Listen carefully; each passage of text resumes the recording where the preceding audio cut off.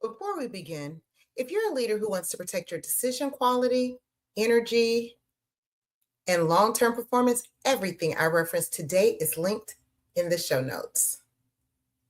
You'll find the Executive Capacity Audit, the wait list for the Strategic Longevity Collective, and the link to book an executive longevity strategy call. If you're a leader who is ready to engineer your recovery, protect your energy, and stabilize your physiology. Welcome to Longevity Unlocked.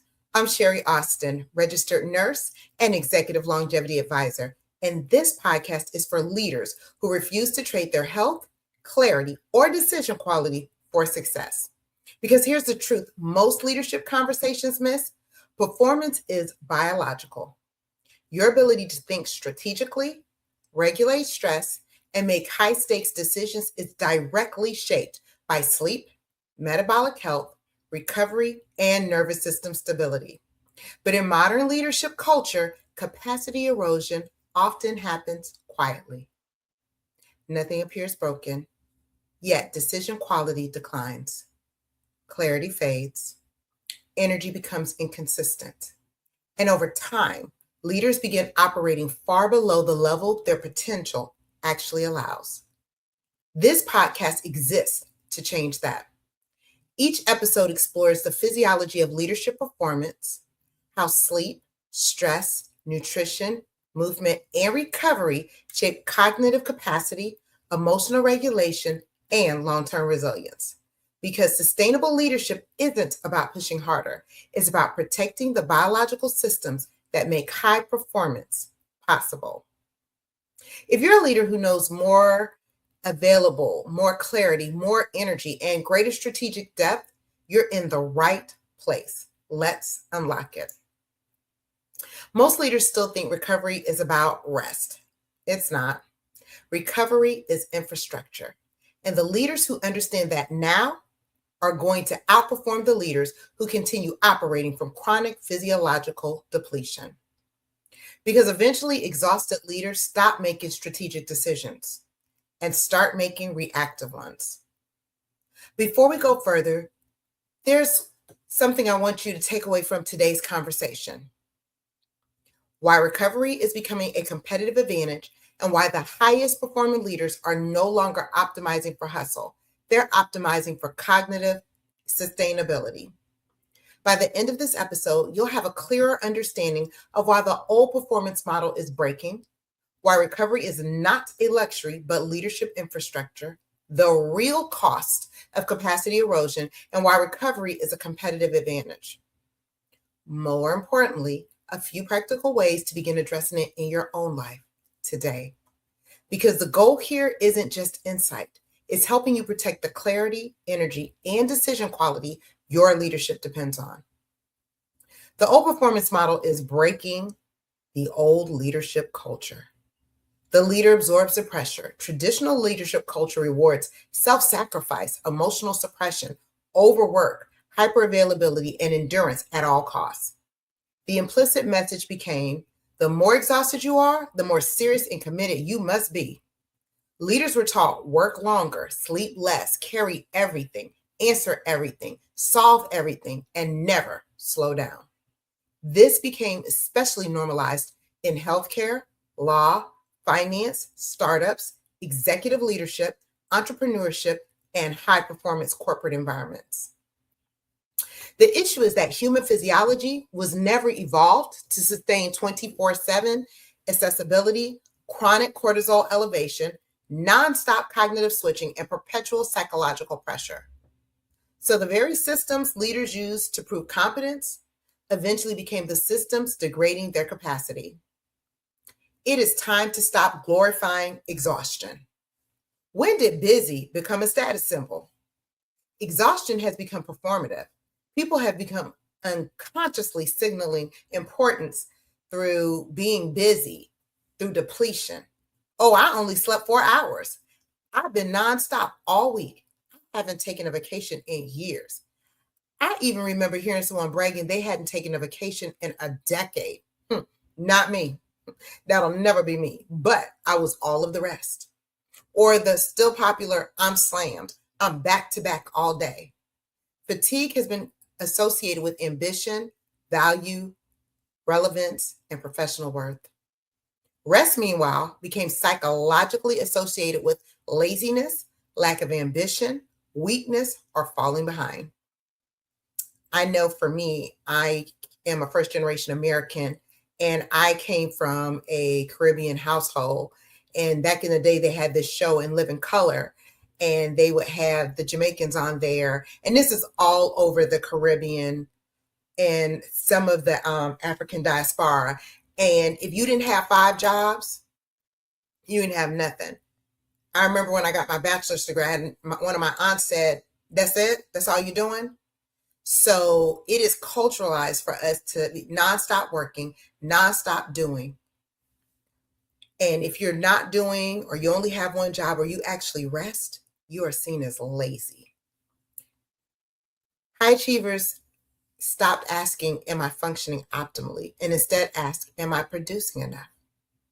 That distinction matters enormously because someone can still produce externally while internally operating from nervous system dysregulation, decision fatigue, hormonal disruption, sleep deprivation, emotional depletion, and cognitive fragmentation. I'm raising my hand. This used to be me and a lot of leaders I have advised. This is why many leaders do not realize capacity is declining until health issues appear. This is also the number one challenge that immediately halts leadership durability and leads to rapid, unplanned succession. Increased emotional volatility, deteriorating relationships, or performance finally drops enough to become visible. I know for me, at a decade ago, I was over 130 pounds heavier than I am now. And I was cognitively so overloaded, I didn't even realize. And working in healthcare, no less, taking care of the same patients. And I had to take a look at myself and realize if I don't change something today, I am going to become the patient that I'm taking care of because I had total nervous system dysregulation, total cognitive overload.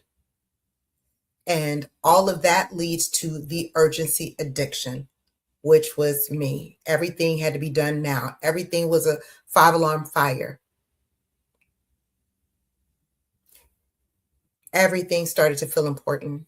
One of the most damaging consequences of chronic overload is that the nervous system loses its ability to properly distinguish urgent versus important, signal versus noise, and reaction versus strategy. When leaders operate in sustained stress, cortisol rises, attention narrows, patience shortens, emotional reactivity increases, and the brain shifts towards short-term threat management. This creates what I would call urgency conditioning. The leader becomes neurologically trained to react immediately, constantly checking notifications, over monitoring, over responding, and staying psychologically on. The problem is that urgency feels productive. I felt productive. If my calendar wasn't stacked to the hilt, if I didn't have rollover into the next day, clearly something was wrong. I was lazy. I would persecute myself because I took a nap. But the problem is that urgency feels productive, but often destroys strategic thinking because strategic thought requires spaciousness, reflection, pattern recognition, cognitive recovery, and uninterrupted thinking time. Urgency addiction erodes all of those. Over time, leaders stop leading proactively and start managing perpetual reaction cycles. Constant accessibility becomes confused with leadership. Technology has accelerated this dramatically, especially now in the age of AI. Leaders are now reachable by email, Slack, text, Teams, Zoom, social media, phone calls, calendar invites, and notifications at all times. The result is continuous cognitive interruption, and interruption is not neutral. Research consistently shows cognitive switching carries a neurological cost. That cost is reduced concentration, slower working memory, slower processing, decreased depth of thinking, and increased mental fatigue.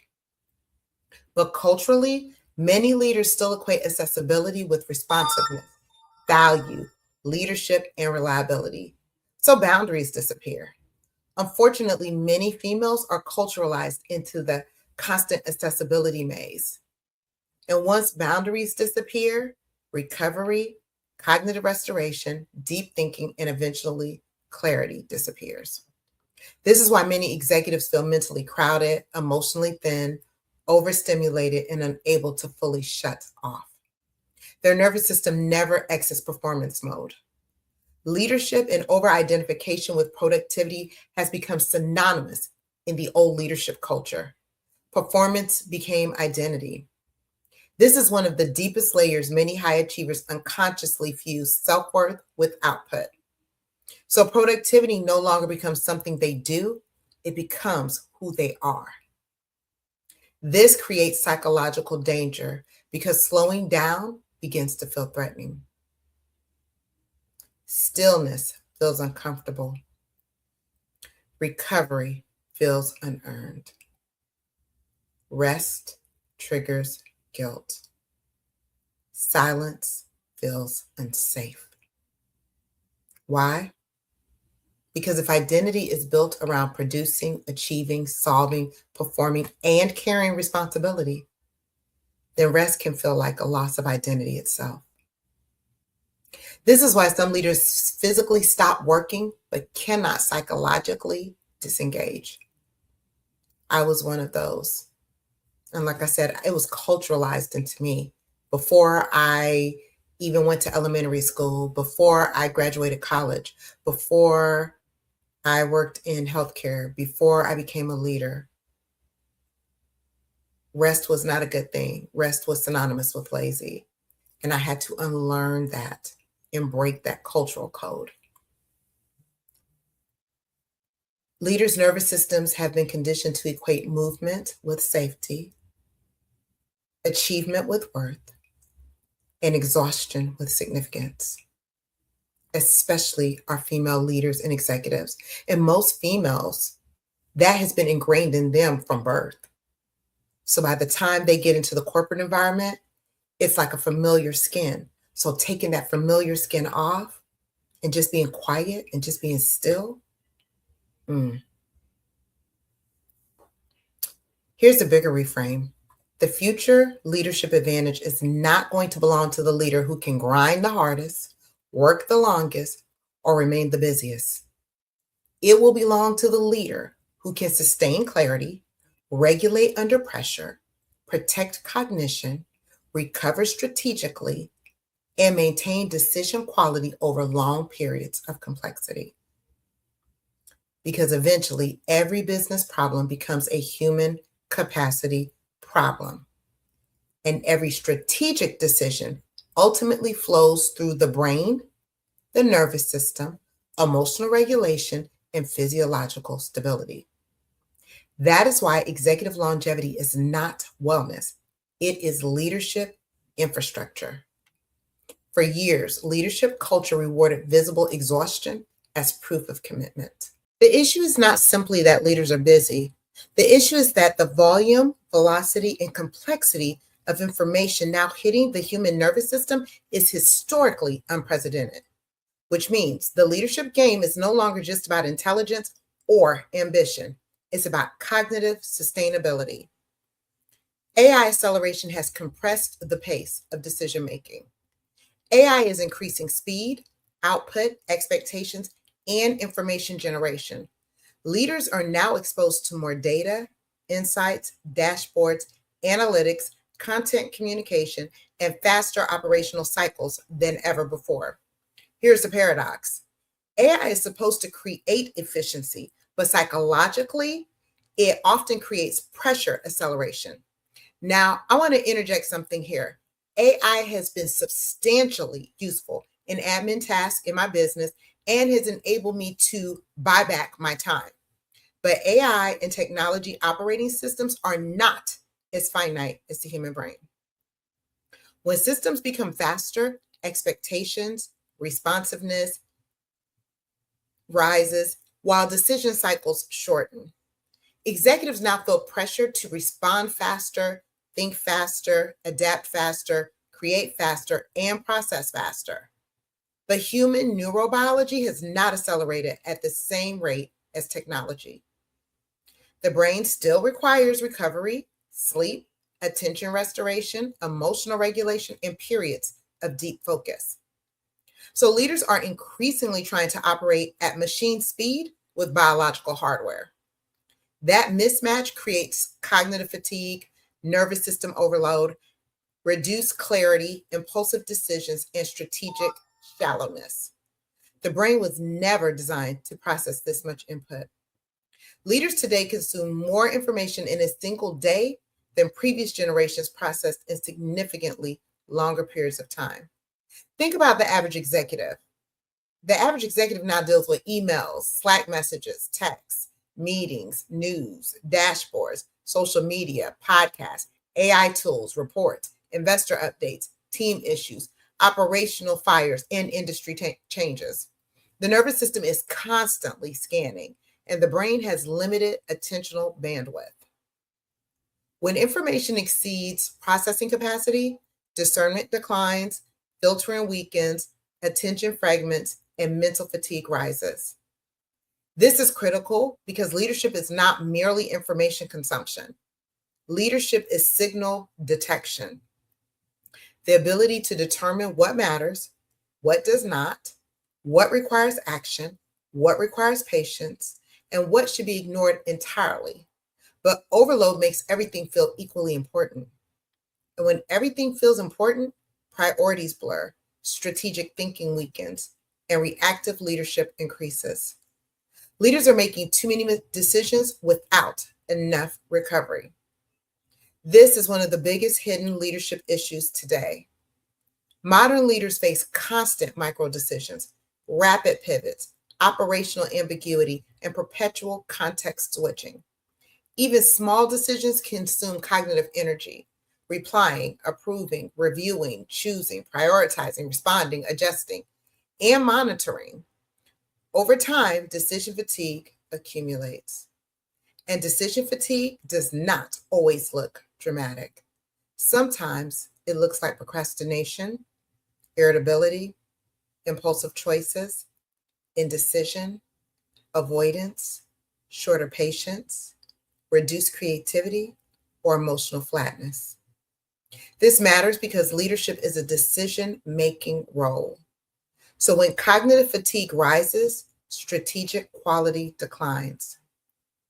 The scary part is high-functioning leaders can still appear productive externally while internally operating from depleted executive function. That's why many executives do not recognize reduced capacity until consequences emerge. Leadership problems are no longer linear. Modern leadership environments are highly complex systems. Leaders now navigate remote teams, global instability, AI disruption, economic volatility, cultural shifts, rapid innovation cycles, talent instability, and constant adaptation pressures. The challenge is not just workload, it's cognitive complexity. Complexity requires nuanced thinking, pattern recognition, emotional regulation, ambiguity tolerance, and long-range strategic reasoning. But those are precisely the functions most impaired by chronic stress and overload. So leaders often respond to complexity by overworking, speeding up, or controlling or micromanaging, while ironically this worsens the problem. Because complexity is rarely solved through more urgency. It is solved through clarity, perspective, discernment, and cognitive steadiness. Attention is now under attack. Modern leadership environments are interruption ecosystems. The average executive is constantly interrupted by notifications, messages, meetings, alerts, calls, emails, and a bunch of digital noise. The brain pays a neurological cost every time attention is fragmented. Research consistently shows that interruption reduces depth of focus, weakens working memory, increases stress, and lowers cognitive efficiency. But the greater issue is this: interruption destroys deep thought. And deep thought is where strategy, innovation, insight, foresight, and high level leadership emerge. Without uninterrupted cognitive space, leaders become trapped in operational responsiveness instead of strategic leadership. They become managers of incoming stimuli rather than architects of direction.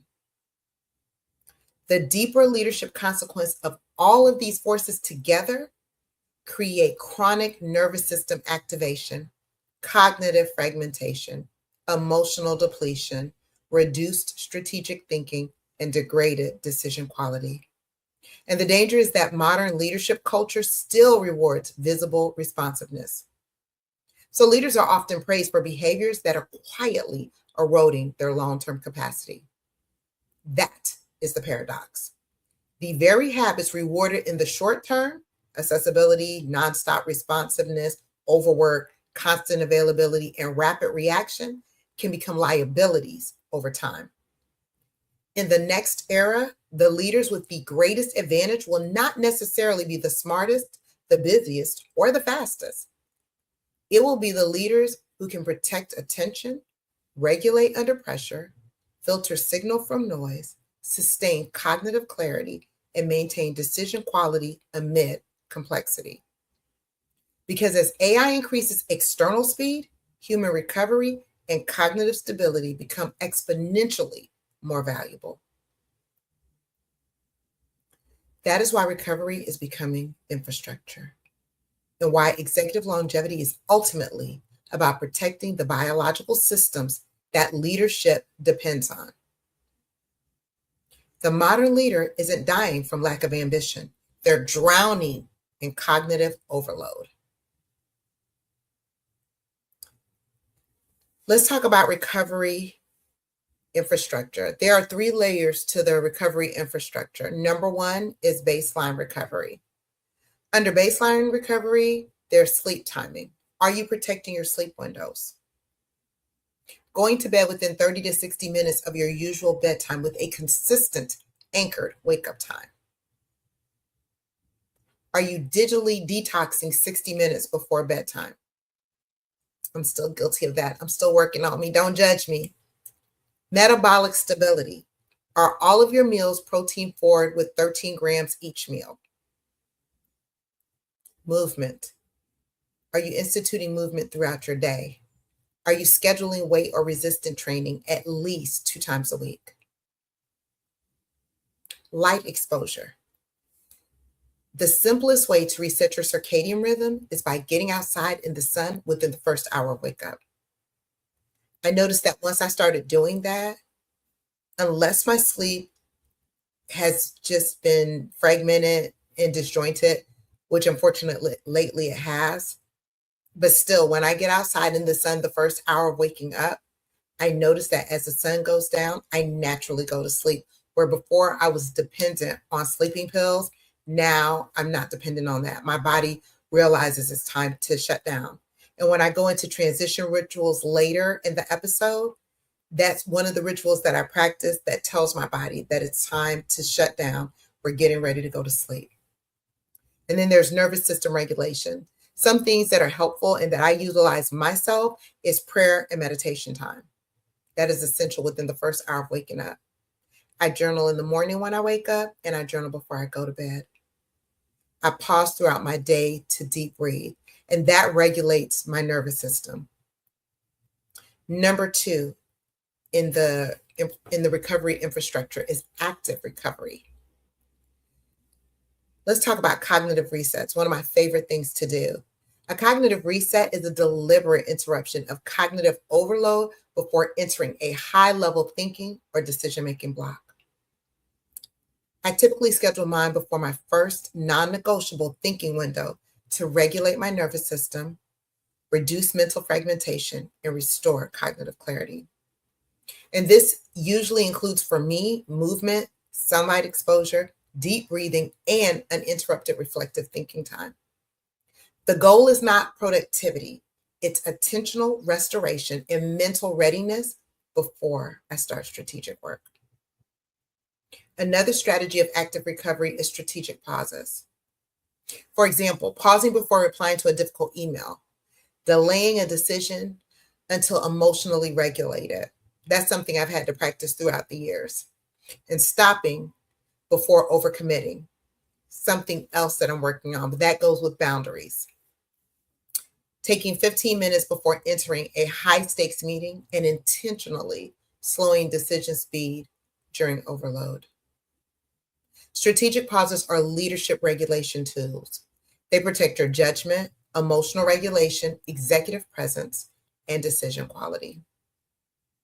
A key distinction between cognitive resets and strategic pauses are that cognitive resets restore the brain, while strategic pauses protect your decisions. Another active recovery tool is transition rituals. Transition rituals help the nervous system shift between roles, environments, or cognitive states.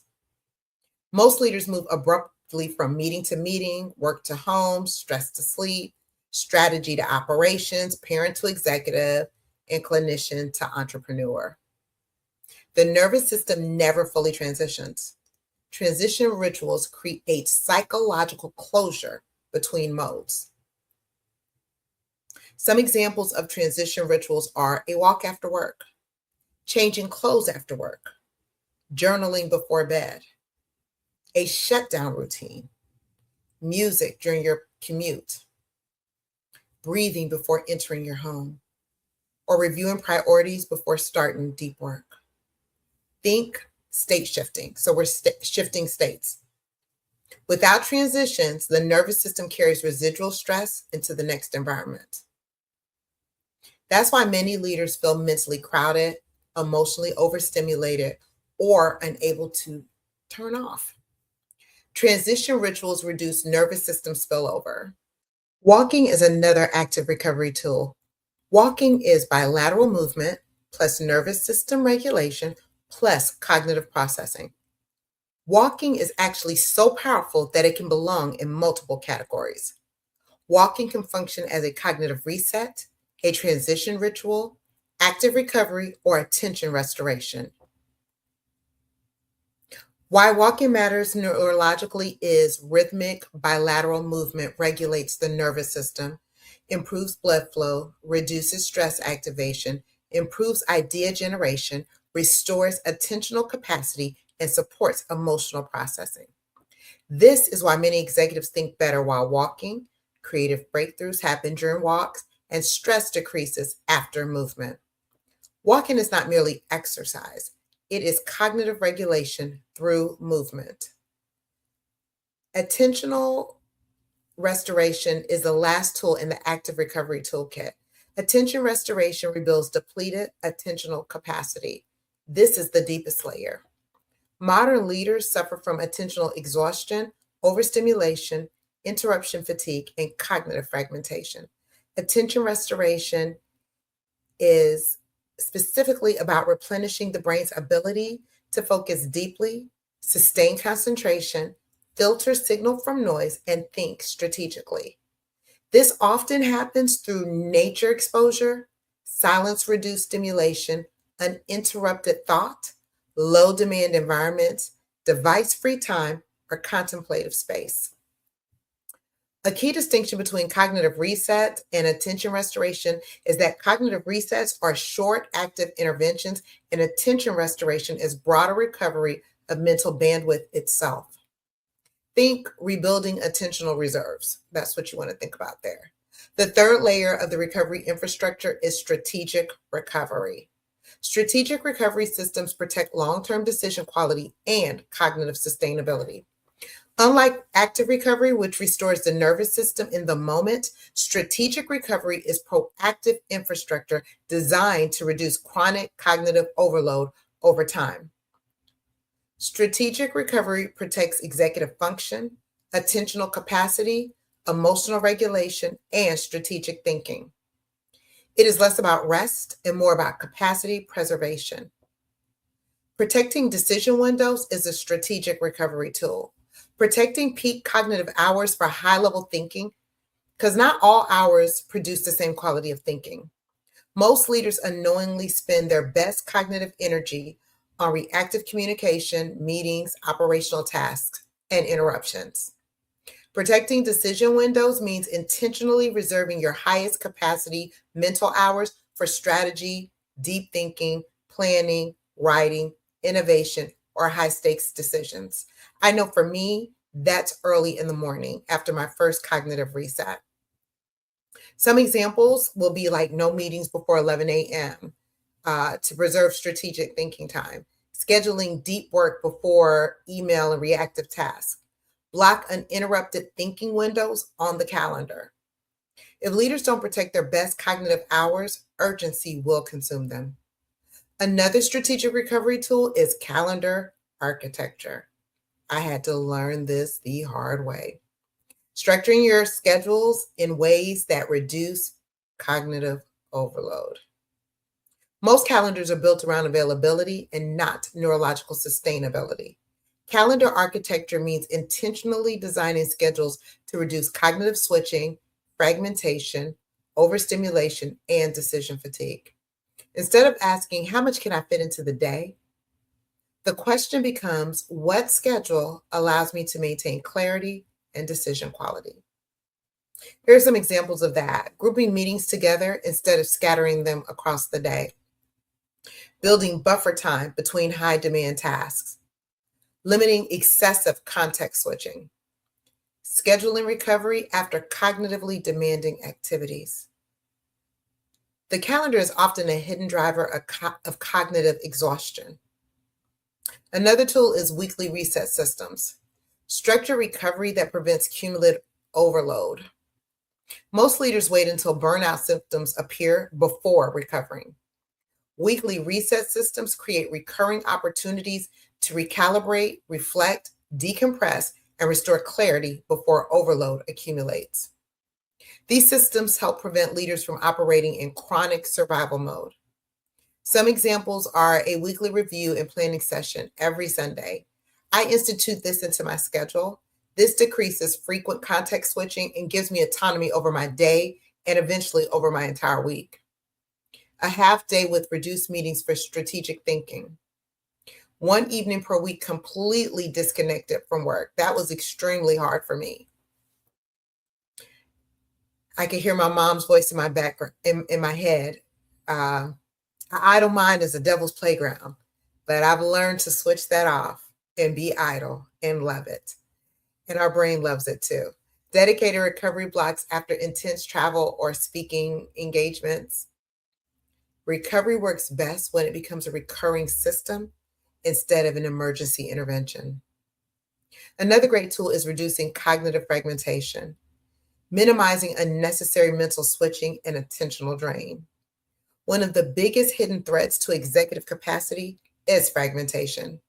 Modern leaders are constantly shifting between emails, messages, meetings, notifications, priorities, and interruptions. Every switch carries a cognitive cost. Over time, fragmentation weakens your focus, working memory, strategic thought, and emotional regulation. Reducing fragmentation means intentionally protecting attentional continuity.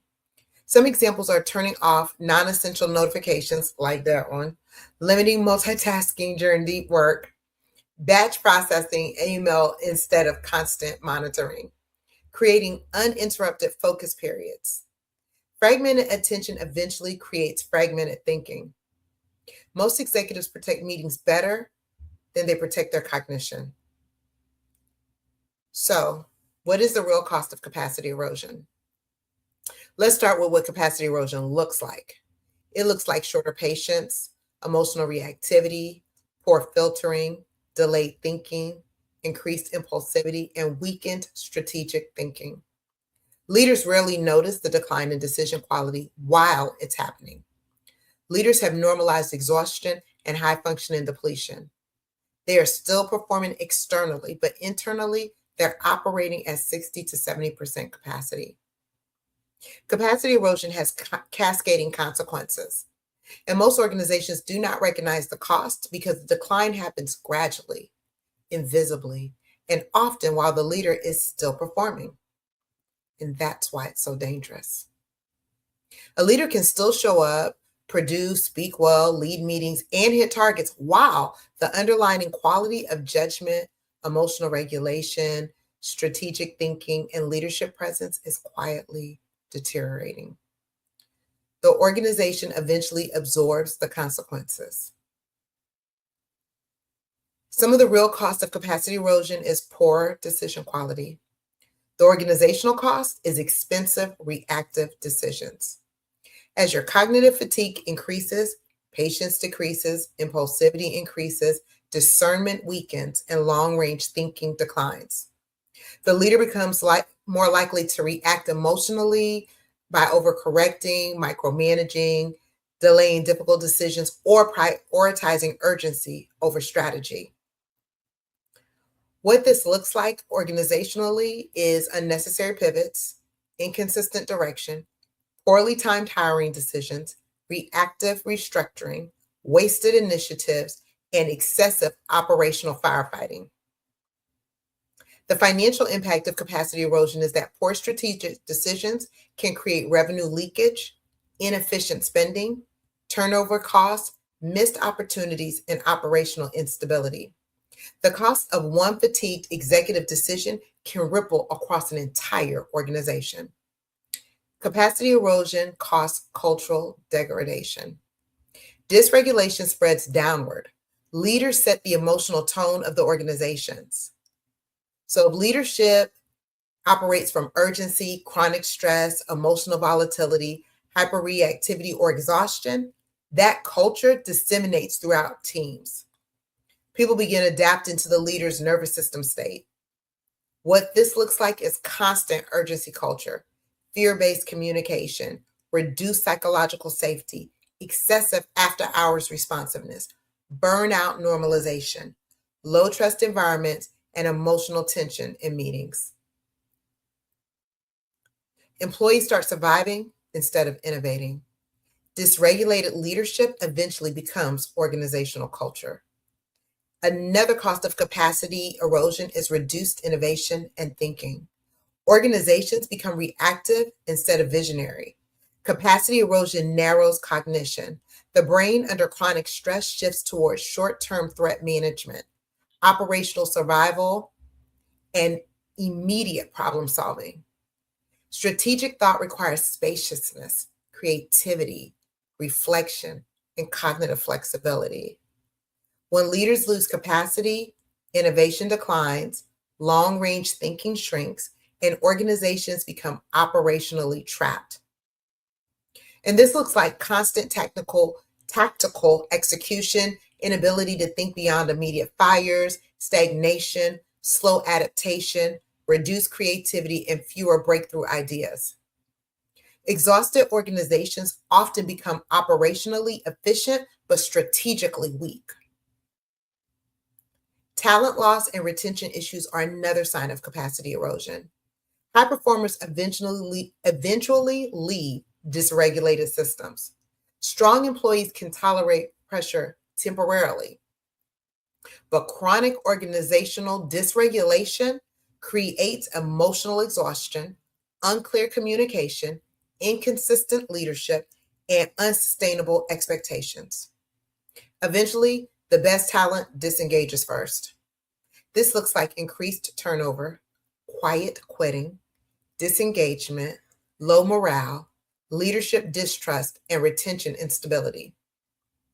The organization then absorbs recruiting costs, onboarding costs, training costs, productivity disruption, and institutional knowledge loss. People rarely leave organizations first. They leave prolonged nervous system strain. Another sign of capacity erosion is executive presence erosion. Leaders lose authority without realizing it. Capacity erosion affects tone, patience, emotional steadiness, listening ability, clarity, and executive composure. Over time, leaders become shorter, more reactive, less present, more distracted, emotionally thinner, or mentally scattered. People feel this before leaders recognize it themselves. This presents as reduced trust in leadership, lower confidence from teams, diminished influence, weakened communication, and inconsistent presence. Executive presence is deeply tied to nervous system regulation. Personal health deterioration is another form of capacity erosion and an area I am very familiar with from working in high acuity environments. The body eventually absorbs unresolved overload. High functioning leaders often normalize poor sleep, chronic stress, elevated cortisol, emotional suppression, and nervous system activation. Over time, this contributes to metabolic dysfunction, hypertension, inflammation, fatigue, emotional exhaustion, hormonal disruption, anxiety, and cognitive decline. The dangerous part is many leaders remain functional long enough to ignore early warning signs. The body often keeps score long after the calendar says successful. Relationship and identity erosion is another capacity erosion cost. Personal success begins replacing self. When leaders over-identify with performance, rest feels unsafe. I've been there. Stillness feels uncomfortable, and relationships become secondary to output. Over time, emotional availability decreases, personal connection weakens, and identity narrows around productivity. This manifests as strained marriages, emotional detachment, isolation, inability to disengage, loss of joy, and constant psychological on. Many leaders don't realize they've built a successful life they no longer have the capacity to fully experience, or worse, someone to experience it with. Organizational financial cost is an expensive sign of capacity erosion. Organizations often track revenue, productivity, operations, KPIs, and performance metrics, while ignoring the hidden physiological drivers underneath them. But reduced leadership capacity contributes to absenteeism, turnover, healthcare costs, poor strategic decisions, communication breakdowns, reduced innovation, lower engagement, decreased productivity, and leadership instability. All of these eventually affect profitability, scalability, and organizational sustainability. Organizations measure performance outcomes while often ignoring the human capacity systems producing them. Capacity erosion is not merely personal. It is strategic, operational, financial, relational, and organizational. Because every organization eventually reflects the cognitive clarity, emotional regulation, and physiological sustainability of its leadership systems. That's why executive longevity is not a luxury conversation. It is a leadership sustainability conversation. Let's discuss why recovery is a competitive advantage. Because clearer thinking improves decision precision. A regulated leader is more likely to enter high-stakes conversations composed, mentally present, and capable of nuanced thinking instead of operating from cognitive fatigue or emotional overload. That directly impacts leadership quality, communication quality, and organizational stability. Faster pattern recognition allows experienced leaders to connect seemingly unrelated information into strategic insight. But chronic overload weakens that ability. When leaders protect cognitive capacity, they improve their ability to see trends, anticipate friction points, and make proactive decisions instead of constantly reacting after the problems have occurred. Emotionally regulated leaders create stability inside the organization. When pressure rises, regulated leaders are more likely to respond with composure instead of emotional volatility, which increases psychological safety and organizational trust. In high pressure environments, many leaders confuse speed with effectiveness. But sustainable leadership often requires restraint, perspective, and timing. Strategic patient protects organizations from unnecessary reaction cycles and short-term thinking. Executive presence is not just communication skill. It is the ability to remain mentally clear, emotionally steady, and fully present under pressure. People trust leaders who feel grounded and regulated. Sustainable leadership is the ability to maintain high-level decision quality over long periods of complexity without sacrificing your health, cognition, or organizational effectiveness. The future advantage will not belong to the leaders who can temporarily outperform through exhaustion. It will belong to the leaders who can sustain clarity, emotional regulation, and strategic thinking consistently over time. Because endurance without recovery eventually becomes instability. The future belongs to leaders who can sustain clarity under pressure. Here's a question I want you to reflect on this week. Where in my leadership, business, or personal life have I normalized operating at reduced capacity? And what might become possible if I protected my cognition, recovery, and decision quality with the same intentionality I protect my performance?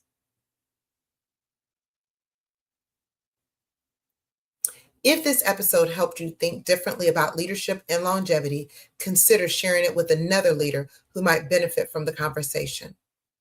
Before we wrap up, take a moment to reflect on what stood out most in today's conversation. Leadership performance isn't built in dramatic moments. It's shaped by the small systems you practice every day. If today's episode resonated with you, you'll find several resources in the show notes to help you go deeper. That includes the Executive Capacity Audit, which helps leaders evaluate the biological and cognitive factors influencing their performance. You'll also find the waitlist for the Strategic Longevity Collective, where I work directly with leaders who want to protect their decision quality, resilience, and long-term leadership capacity. And if you haven't already, follow the show so you don't miss future episodes. Until the next time, protect your energy, protect your clarity, and lead for the long term.